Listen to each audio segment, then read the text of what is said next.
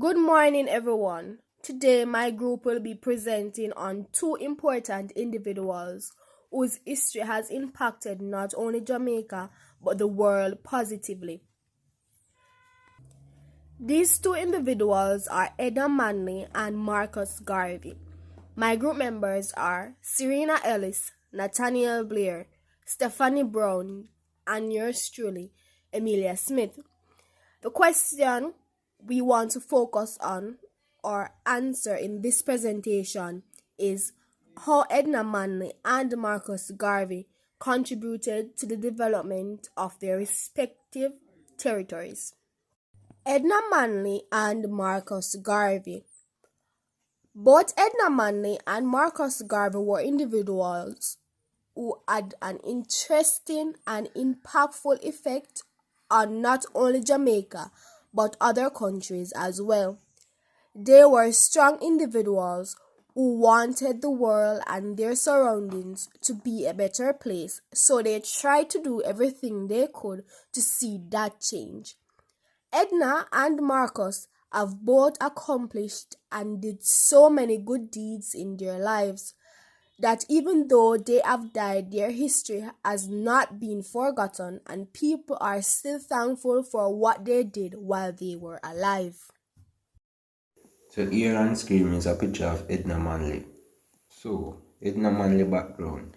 Edna Manley was a British woman who was born on February 28, 1900 at Bournemouth, United Kingdom, and she died February 2nd, 1987, Kingston, Jamaica. Her mother was a Jamaican woman and her father was a British man.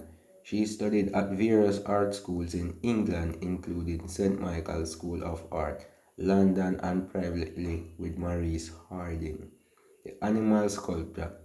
She married Norman Manley in 1921 and in 1922 moved to Jamaica with him, where she gave birth to one child and continued pursuing her art. So art as it art as it existed in Jamaica then could not have interested Edna. Sculpture was almost non-existent and painting was limited to conservative watercolor landscape tradition practiced essentially by amateurs. Yet, her own work changed dramatically after her arrival in Jamaica. There was tremendous leap from romantic realist studies done up to the time of her departure from England to her first piece of work done in Jamaica, The Bead Seller. Shortly after The Bead Seller was to have a male counterpart, The Listener, after which Edna went to England in 1923 with her plasters. The visit proved fruitful. She had the plasters cast into bronze and she was accepted into Society of Women's Artists and had bead seller displayed in their 1924 exhibition. Back in Jamaica in early 1924, she quickly set to work with new carving tools and produced Wisdom and then the Ape. At that time, too, she began to model realistic portrait in clay first of Norman and 2-year-old Douglas and then of a friend, Esther Chapman. Then testing, then testing the possibilities of her new medium, she did a hell of another friend, Leslie Clark in Hull. The artist's various submissions of the exhibition of the Society of Women Artists become to be noticed, and in 1927, two French journals, Les Artistes d'Argent, You and La Revue Madame, singled out the work for praise. In England, the interest in her began to grow in 1929. Returned there with a group of recently completed sculpture, Eve, the torso of woman, boy with reed, and ape to exhibit in Gopul Summer Exhibition. In London on her 1929 visit, she discovered a new medium. She wrote to Norman, "I am going to eventually carve stone." This was preferred medium of the diary carvers whom she had been observing at that time. And on her return to Jamaica later that year, she began to carve in imported materials: Hopeton Hood stone, cane stone, Portland stone, and sandstone. Displaying on screen now is a diagram of Marcus Garvey. So Marcus Garvey background. Marcus Garvey was a Jamaican man who was born on August 17, 1887 in St. Bay in Jamaica and he died June 10, 1940. His parents were Marcus Mosiah Garvey, Sir and Sarah Jane Richards. They had 11 children. However, only Marcus and one other sibling survived into adulthood. Garvey attended school in Jamaica until he was 40, when he left St. Bay for Kingston, the island nation's capital, where he worked as an apprentice in a print shop. The name of his wives were Amy Jacks Garvey, 19 from 1922 to 1940, and Amy Ashwood Garvey, 1919 to 1922, and he had two children. Marcus Mosiah Garvey was born on August 17, 1887 in St. Bay, Jamaica, to Marcus Garvey, Sir and Sarah Jane Richards. His father was a stones mason and his mother was a household servant. Though the couple had 11 children, only Marcus and one other sibling survived into adulthood. Garvey attended school in Jamaica until he was 14, when he left St. Bay for Kingston, the island nation's capital, where he worked as an apprentice in a print shop. He later said the first experience he later had his first experience in racism in grade school in Jamaica, primarily from white teachers. While working in the print shop, Garvey became involved in labor union for print tradesmen in Kingston. This work would set the stage for his activism later in life. Garvey spent time in Central America where he had relatives before moving to London in 1912. While in Britain, he attended the University of London's Birkbeck College, where he studied law and philosophy. He also worked for a Pan-Africanism newspaper and led debates at Speaker's Corner in Hyde Park, London, a famous spot in the city for public discourse even today. He returned to Jamaica in 1914 and founded the Universal Negro Improvement Association (UNIA). In 1916, Garvey moved to Harlem in New York, where UNIA thrived. By now a formidable public speaker, Garvey spoke across America. He urged African Americans to be proud of their race and return to Africa, their essential homeland, and attracted thousands of supporters. To facilitate the return to Africa that he advocated, in 1919, Garvey founded the Black Star Line to provide transportation to Africa and the Negro Factories Corporation to encourage black economic independence. Garvey also unsuccessfully tried to persuade the government of Liberia in West Africa to grant land on which black people from America could settle. In 1922, Garvey was arrested for mail fraud in connection with the sale of stock in Black Star Line, which had now failed. Although there were irregularities connected to the business, the prosecution was probably politically activated, as Garvey's activities had attracted considerable government attention. Garvey was sent to prison, later deported to Jamaica. In 1935, he moved permanently to London, where he died on the 10th of June 1940. and in 1964 his body was returned to Jamaica, where he was declared the country's first national hero. The highlights and achievements of Edna Manley. Edna Manley loved art, and because of that love and passion that she had, it drove her to being independent and accomplishing so much in the field of art. Career sculptor. Achievement. She was the first recipient of the Gold Musgrave Medal. Second, the co-founder of the Jamaica School of Art in 1950. Third, she received the honorary degree of Doctor of Letters from the University of West Indies. The National Gallery retrospective exhibition, Edna Manley the 70s. She was awarded the Order of Merit.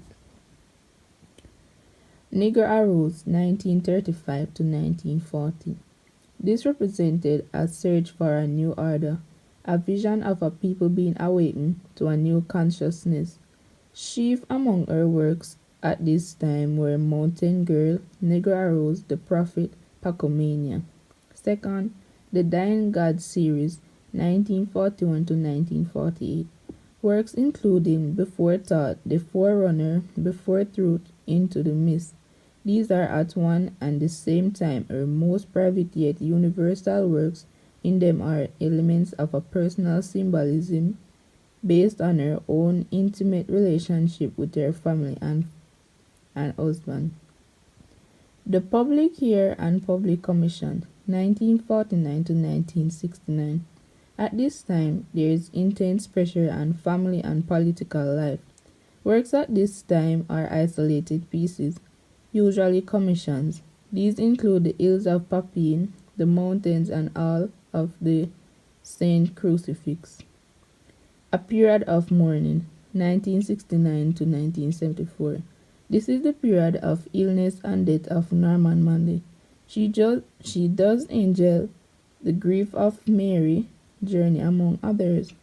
Mrs. Manley has played a major pioneering role in the history of 20th century Jamaican art. Her works are in private collections, galleries, and public buildings worldwide. Since 1924, she exhibited in many one-woman and group exhibitions, mainly in London, the United States, the Caribbean, and in Jamaica. In 1929, she was awarded the Institute of Jamaica's Silver Musgrave Medal. In 1943, she became the first recipient of the Gold Musgrave Medal for her outstanding contribution and leadership in the arts in Jamaica.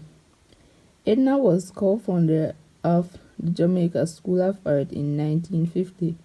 She stopped carving in wood in 1974 with Journey, and all her subsequent works were carved in clay and cast. Later in 1977, she received the honorary degree of Doctor of Letters from the University of West Indies, Kingston. In 1980, at the National Gallery retrospective exhibition, Edna Manley the 70s, she was awarded the Order of Merit. Highlights of Marcus Garvey and his achievements. Majority of Marcus Garvey history had to do with the racism. This is so because he believed that everyone should be treated equally regardless of their color or race.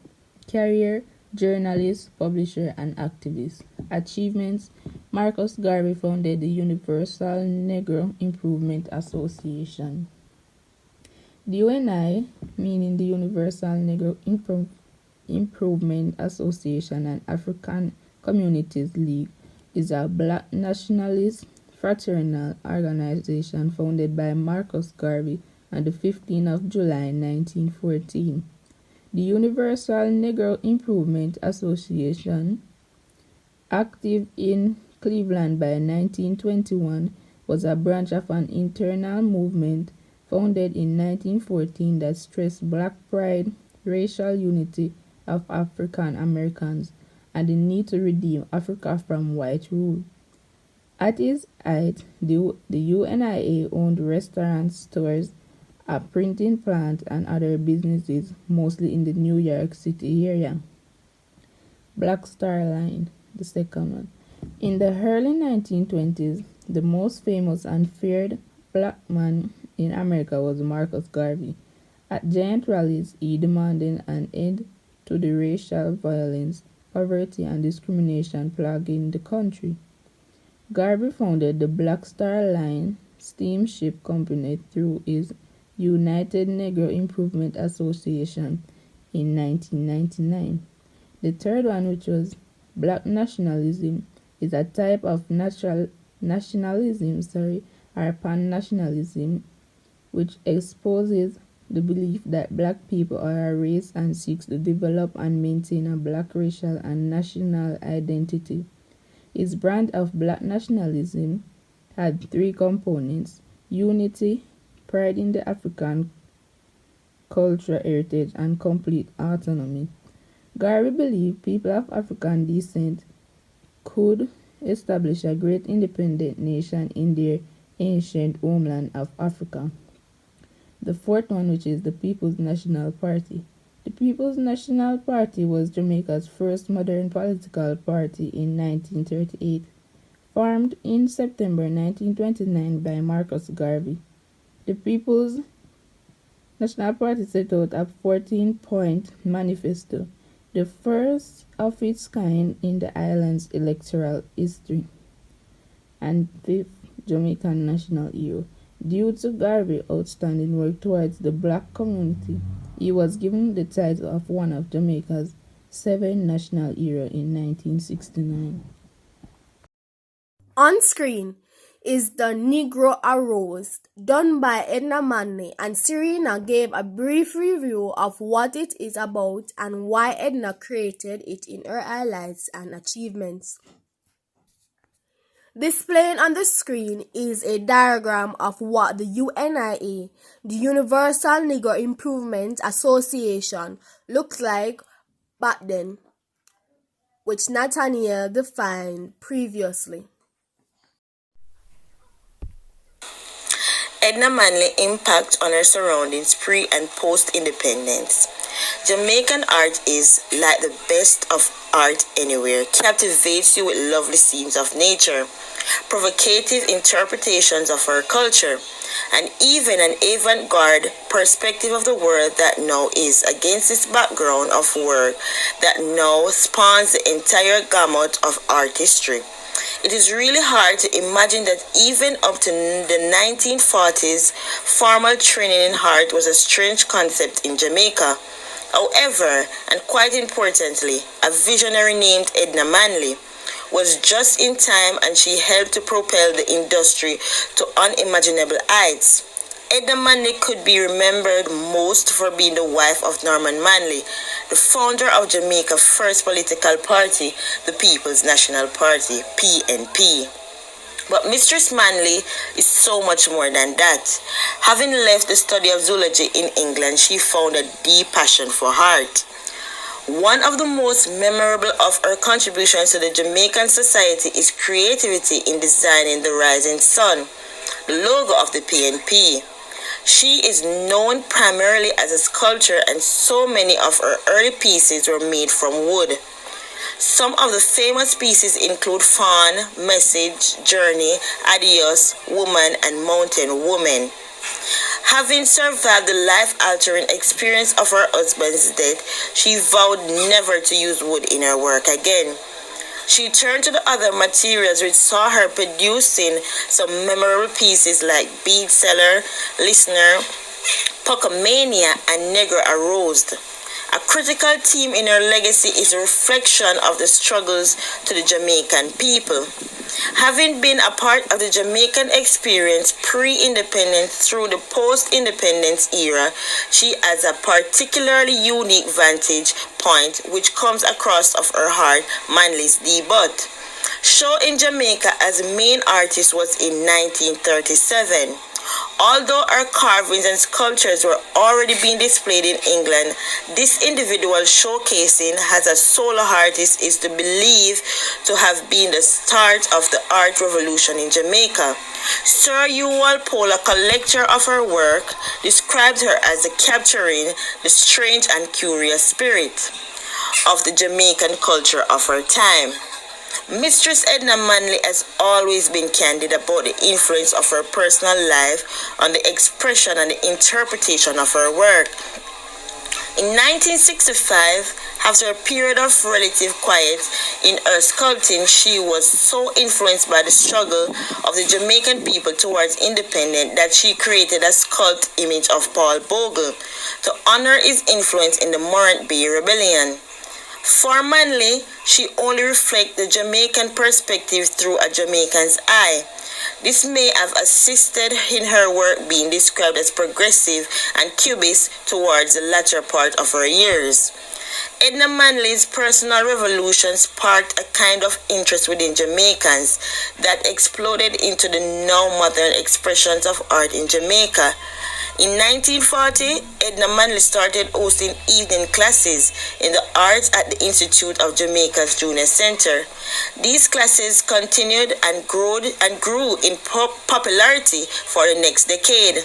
Subsequently, in 1950, September, Jamaica and the English-speaking Caribbean opened the first formal art institution called the Jamaica School of Art and Crafts. By 1951, the demand for expansion resulted in the opening of a second location of the school.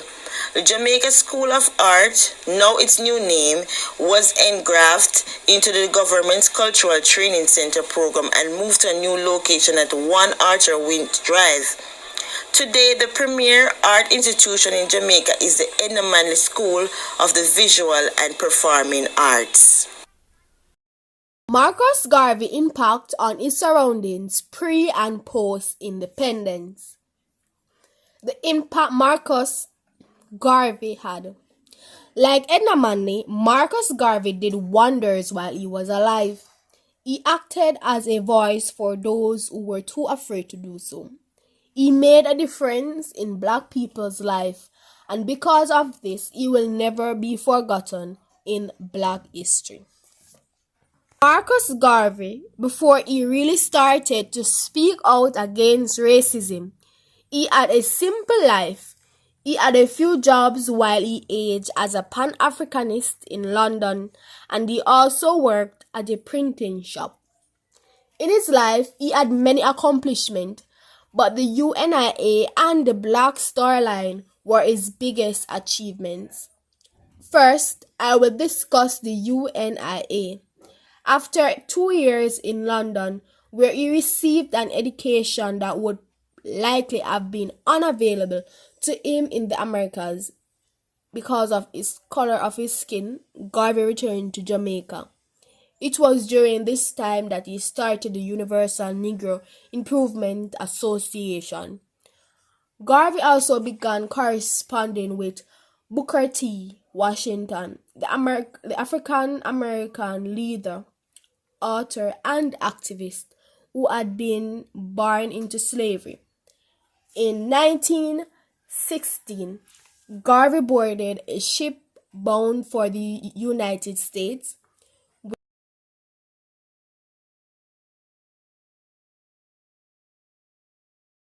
where as a dramatic public speaker, he intended to go on a lecture tour. He ended up settling in New York City, where he first spoke at a famous St. Mark's Church before embarking on a 38-city speaking tour. He also took on work in a print shop to make ends meet. While in New York, he authored the Declaration of Rights of the Negro Peoples of the World, which were ratified at the convention of the Universal Negro Improvement Association at Madison Square Garden in 1920.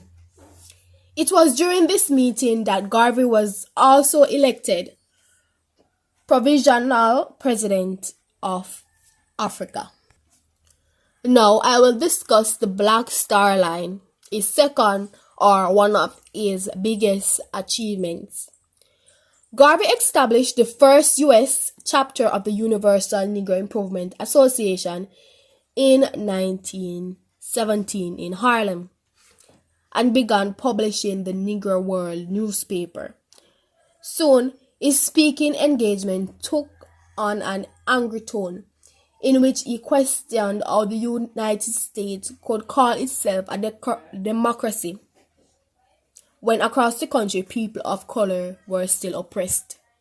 By 1990, he and his associates set up the shipping company Black Star Line under the auspices.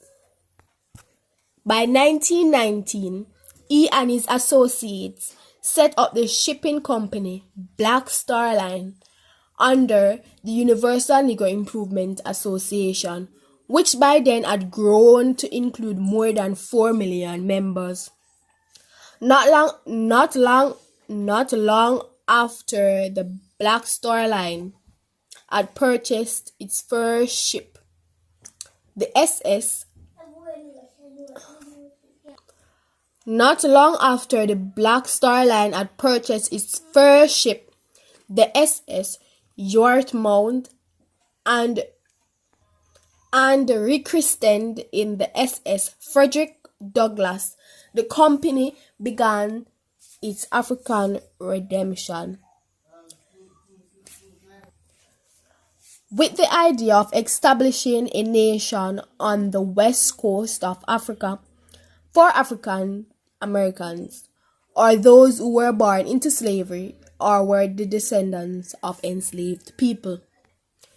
So basically, while in London, Garvey continued to write and coordinate the establishment of the School of African Philosophy in Toronto to train future leaders of the Universal Negro Improvement Association. By then, the organization had more than 1,000 chapters worldwide.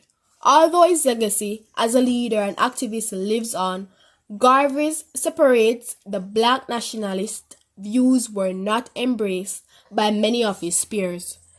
However, Garvey's supporters prefer to focus on his key message, which was steeped in African American pride. After all, he is credited with coining the phrase.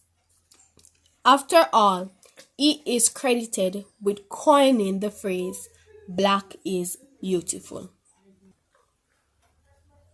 So here we have a link to a short video of Edna Manley's sculpture. This is the last slide of our presentation, and we truly hope that you learned something about the famous Marcus Garvey and Edna Manley. In closing, we would like to leave 2 popular Marcus Garvey quotes with you. The first one says, "I trust that you will so live today as to realize that you are masters of your own destiny, masters of your fate. If there is anything you want in this world, it is for you to strike out with confidence and faith in self and reach for it."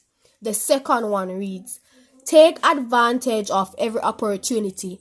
Where there is none, make it for yourself." Thank you.